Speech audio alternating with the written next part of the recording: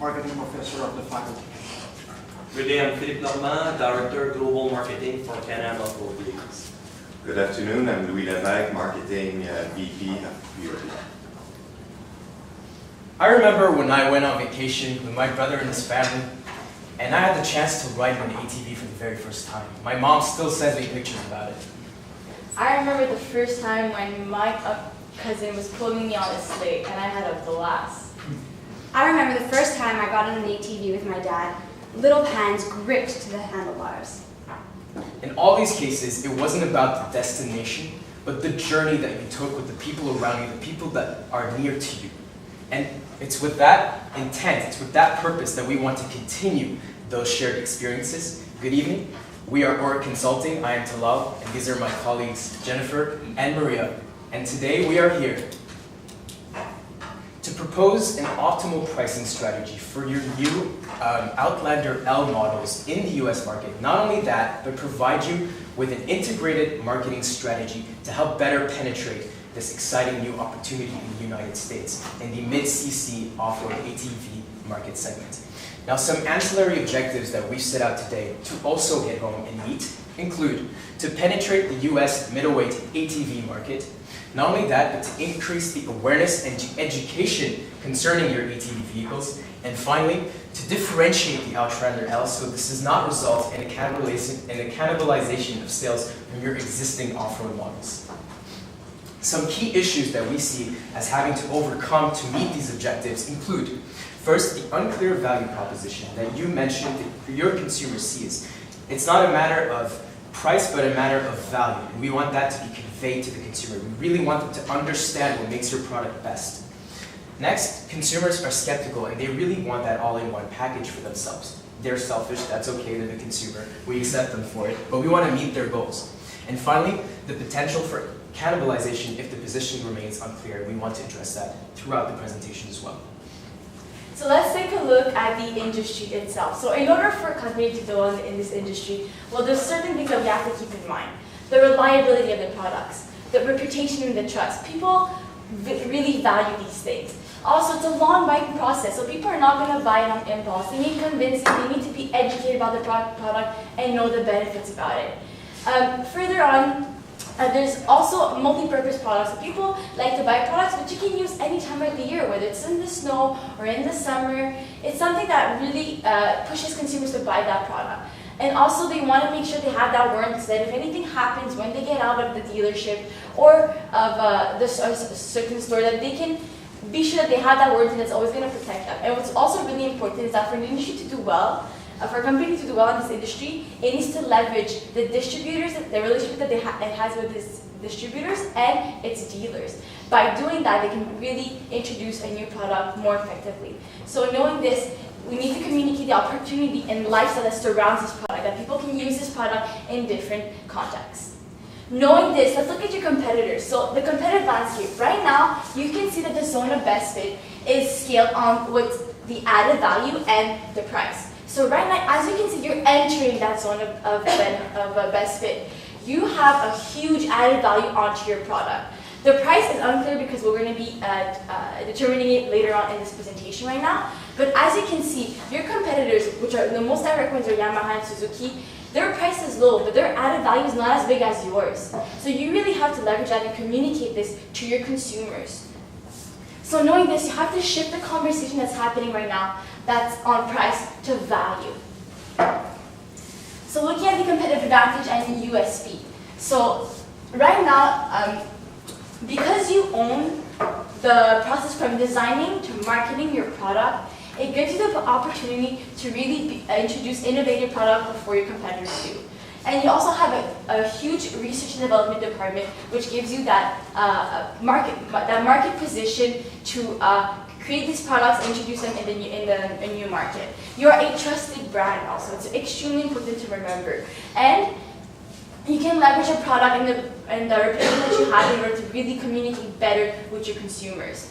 Knowing this, will men buy an Outlander L from BRP? Why? Because it has multiple purposes. They can use it for many different things and share that experience with friends, families, or they can enjoy themselves. So So let's take a look at the internal analysis. You have a power position. You have a huge network with your dealerships and your distributors. So this is going to be very useful for you in the long term. Also, you have that manpower. You have a bunch of many dealerships and distributors in many different countries. So this is really, really good for you. And you have that global presence. Everybody knows about your company. You have a reputation that everybody knows about. Also, the market share in the mid-CC is decreasing in Canada and in the States now. But what you have to really look at is that the industry volume is increasing. That means that you need to innovate your products quickly in order to be able to keep up with that industry volume that's increasing. So let's look at our consumer profile. Well, right now, comparing the target consumer of the Outlander, the original model, and the Outlander L, the difference is that the original model, the target consumer, is more focused on its performance, the engines, and the cylinder, whereas the Outlander L is focused on different things. And to give you a better picture of that, we've created a persona called Eric, which describes your target consumer for your Outlander L. So Eric has a family. He's very busy. He works a lot. He's financially stable, and he wants to be able to buy a product that's reliable and he can use a lot, because he has different priorities. He has kids. He has a wife, so he can't necessarily just spend a lot of money on too many products. He wants one product that he can use for multi-purposes. So this is why he needs also the approval of his family, because to buy a product like that, it's very expensive and there's a lot of things that come into it. So Eric is influenced by his spouse's opinion, his friend's opinion, or referrals. So it's really important to keep this in mind, because this is your target consumer. This is the consumer that you want to sell your product to. So knowing this, your product is well positioned to reach the Erics of the market. And you need to educate your consumers on the value that your product has and what it can do for them. Right, so knowing the problem right now, let's take a look at the integrated marketing campaign that we've set out for you.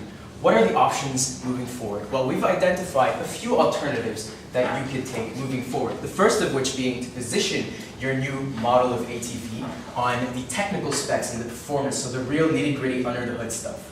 The second one is to position on that affordability and reliability. So we know that price is a concern of yours, and this is taking it to the extent of positioning yourself on that great affordability and reliability of your product. And thirdly, to position it on a great variety of the shared experiences that you have. You have an entire business unit dedicated to producing those great accessories for your ATV products, and we view this as an opportunity as well.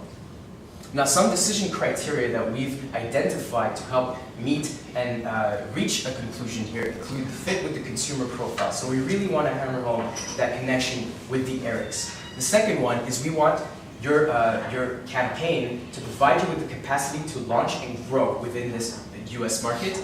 Next, we want this campaign to have a correspondence with your core competency of providing that variety of accessories and that great product. And finally, we want the ability for you to have to capture additional revenue streams from the area. So the buck doesn't stop when it actually purchases the vehicle, there's more.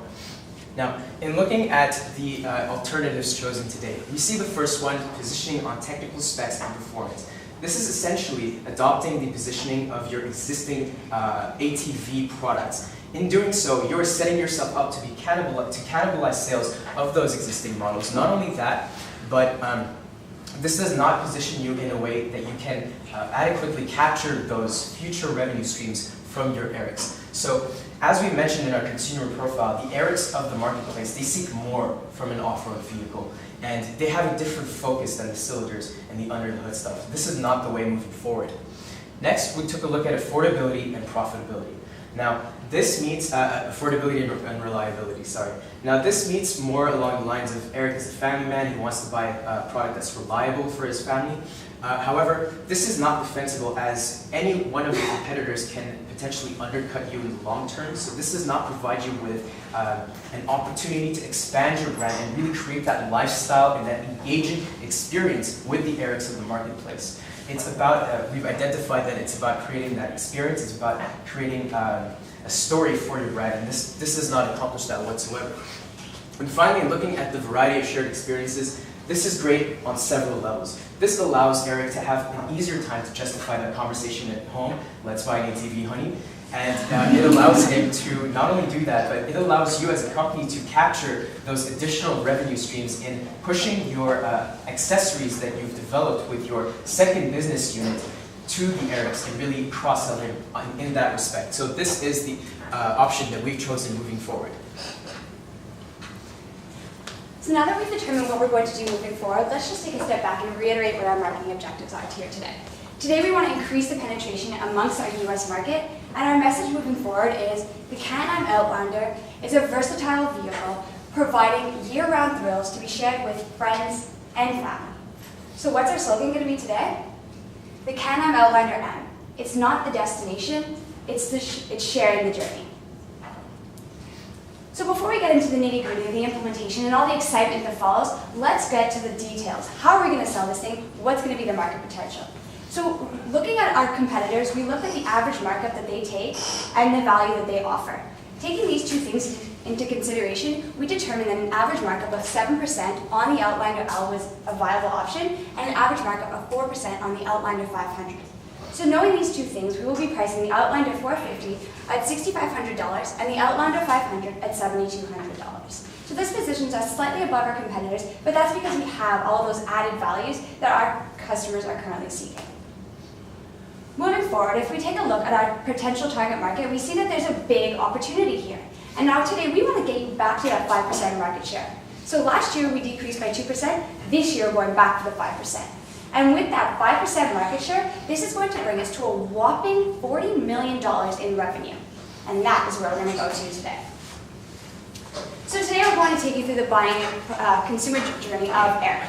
First, we're going to go through the journey campaign. We're going to take you to the online, offline campaigns, and then we're going to follow through in order to ensure that we're with him every second of the journey. Let's take a look how. So the prep. Before we get to the journeys, I would just like to paint you a little picture. Picture this, picture this, a screen panning across a beautiful winter wonderland. You have Eric riding through the winter terrain with his buddy Talal next to him. The camera goes further. Picture Eric on another day, riding through the winter terrain with his wife by his side. And finally, on another day, picture Eric with his child, gripping the handlebars, riding with his child.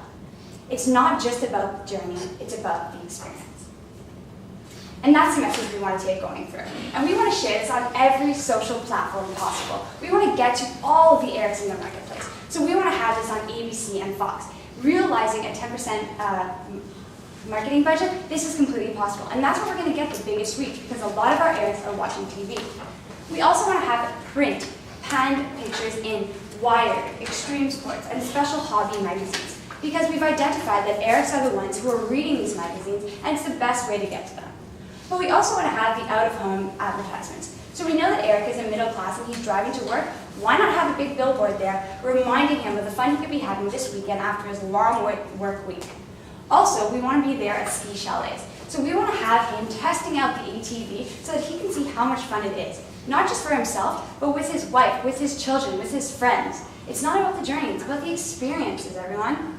And we also want to have YouTube online pre-roll ads. So Eric is a big advocate of the online internet. We want to have those ads in his face everywhere he goes. So whenever he goes onto YouTube, there's a pre-roll ad reminding him of the fun that awaits him this weekend. So this is where we want to have our campaign. But before we get to the online campaign and we're able to access the consumer, we have to be able to actually get the products into the stores. So this is where we have the back end where we're approaching the distributors. And in doing so, we're going to be leveraging our power position. So being Bombardier, we have a very strong position in the marketplace, as we've already identified. So we don't foresee this being an issue. However, in the pitch process, we really stress that you identify that not only do you sell ATVs, but you also sell the opportunity of having increased revenues through accessories, through cross-selling, and also to show the past sales. So the potential that their store, as a distributor, has in selling your product. And if that is not enough, as a last alternative, you can offer a back margin of 10% to incentivize him to get those ATVs in his dealers on site. So now that we have our ATV commercial out there and we have access to the Erics, let's put our online and offline campaigns into gears and really get the awareness going. So this is where we have our offline journey. We want to be at every touch point where Eric is. Eric spends his weekends at trade shows for ATVs, at Extreme Sports, why not be there? Why not have tested ATVs where he can be trying them out with his friends, with his family, with his wife? The best way to get over that skepticism is to have him try it himself. We also want to have undercover marketing. So this is where you hire consumers, regular consumers, just like Eric, to be advocates of the brand, to show other Erics how they live the brand and how it fits with their lifestyle and their shared experiences. But we also want to have a strong industry presence at extreme sports competitions. So being in the early days, we realized that sponsoring an event or holding an event altogether is not a possibility, but being there and just having the ATV's presence is a great way to increase awareness. And finally, we want to sponsor a consumer show. So this is where the people who own their own ATVs come into the show, decorate it, put lights, put flashing colors on it, show how it fits with their lifestyle and how they've customized it themselves. And this is a great way to increase the engagement between consumers, but also with the brand. If we move online, we'd like to see that a lot of our Erics spend a lot of time online comparing prices. So this is where we want to have a lot of LinkedIn articles being created to be content revolutionary. So this is where you'll instill the trust in your brand and you'll get access to a lot more consumers. But you also want to have your social media contests. So this is where the hashtag share your moments comes into play. This is where you'll have your Erics taking pictures with your son on the ATV, sharing their experiences with the world to see. And what are the benefits? Not only do they get a great weekend with their children, but they can win a trip they can win a trip to an ATV show in the United States. A very popular thing with a lot of the Erics in the industry. But to further get our online presence stressed, we want to engage in SEO, SEM, and remarketing. So whenever someone comes onto our current website, say Eric comes on, but he isn't sold on it yet. Whenever he goes to another website, we'll take that IP address and we'll be able to push our journey articles, our ads to him, just to reinstill our presence with him and get that engagement. So now that we've sold Eric and he's bought our product, we really want to ensure him and let him know that he made the right decision. The journey doesn't stop there, Eric. It keeps going. So what are we going to do to follow up? We're going to get his email at every touch point possible. So when he tried it at the chalet, when he bought it with us, when he signed up online, we have his email so we can follow up. We can ask him, did you enjoy your products? How are you liking it? Here's a trade show in your area. Anything that he could possibly want, he's got it. But not only that, here's our opportunity to upsell our matching accessories because Bombardier and the Can-Am currently have that matching accessories, which is the experience that we're selling.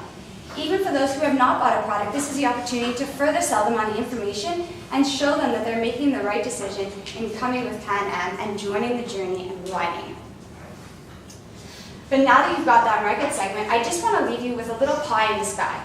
So now that we have that US market and we have all the Erics riding on the weekends with their children and their wives, why not extend the product line to have a little Eric riding beside his father? So this is where you could introduce a little ATV just for the young kids in order to get them going at an early age so that you have that brand loyalty and it carries on into their adulthood just like it did with Eric.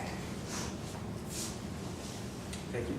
So how much is all of this going to cost? We realize that the Erics of the world really spend a lot of time on TV, and that's a main point where you can touch them and really sell them on this shared journey experience. So the bulk of our marketing budget is going to go towards TV ads. Next, we're going to look at that online and remarketing, SEO, SEM, getting them where they're researching for those information and testimonials about your product so they can really have a solid understanding of what they're getting into through buying this. And finally, print and trade shows will comprise 10% and 5% of our marketing budget, respectively, leaving us with a total of $4 million, which is 10% of our expected revenues with this new campaign and entering this new market. So, in conclusion today, we not only showed you an effective way to enter the US market, but reach those Erics of the world and really sell them on the experience. Really tell them that it's not all about the destination, but it's about the journey that they take. It's about sharing that with their friends and their family. And with that, we'd like to thank you and open the floor to questions.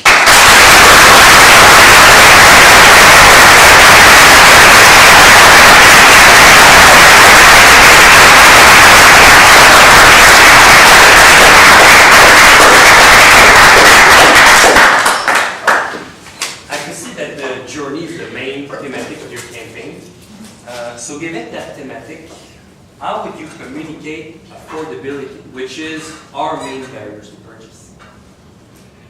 So one of the things that we did identify was, yes, that people think that it's not affordable. So every touch point that we have with Eric, whether it be at the chalets, online, in the newsletters, we want to show him that, yes, it is a little more expensive than your competitors, but you're getting so much more than what your competitors want. So this is where we're showing him the specs of the ATV and everything that he can do with it in terms of experiences, but also in terms of mechanics. What's more, we set out today to shift the conversation from price to value. And in really hammering home that shared experiences, we can show them that they're not only buying into an ATV, but they're buying into a potential snow plower, for instance, with those great accessories that your other business unit provides them.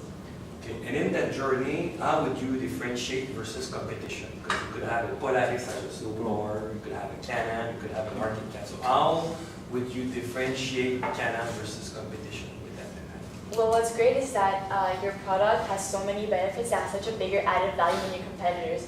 So with your product, your consumers will be able to do a lot more than the products of your competitors. If let's say they want to do, they might have to get multiple products to do multiple different things from your competitors. Whereas with you, they only get one product and it satisfies all their needs. To add to that, you could have a commercial campaign where you have him and his little son riding through the snow in his Can-Am, and then you could show a pan of the competitor who's stuck because the horsepower is only half of what the Can-Am offers.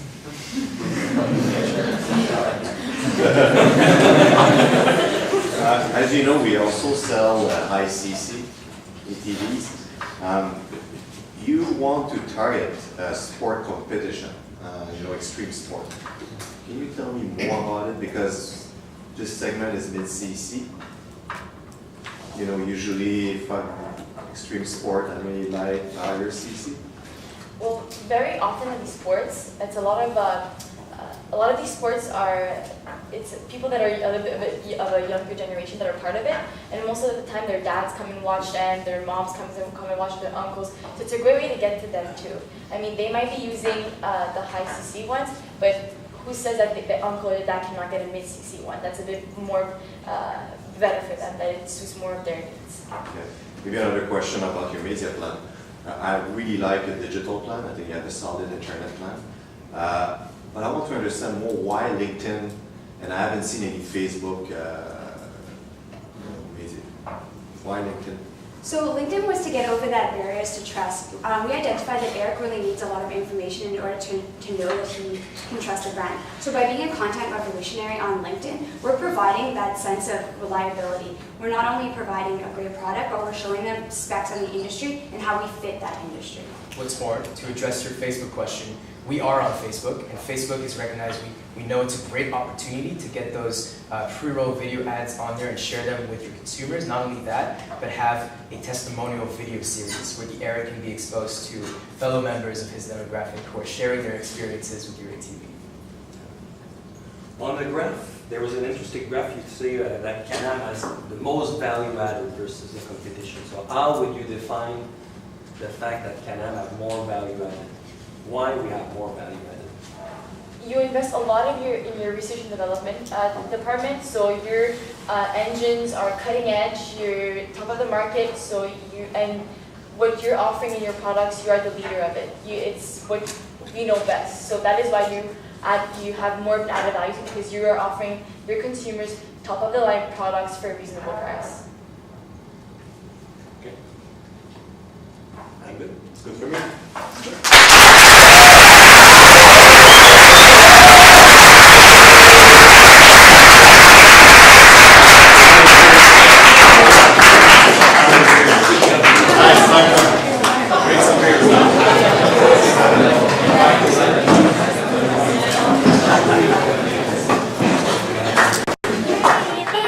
I cried, but I feel so free now.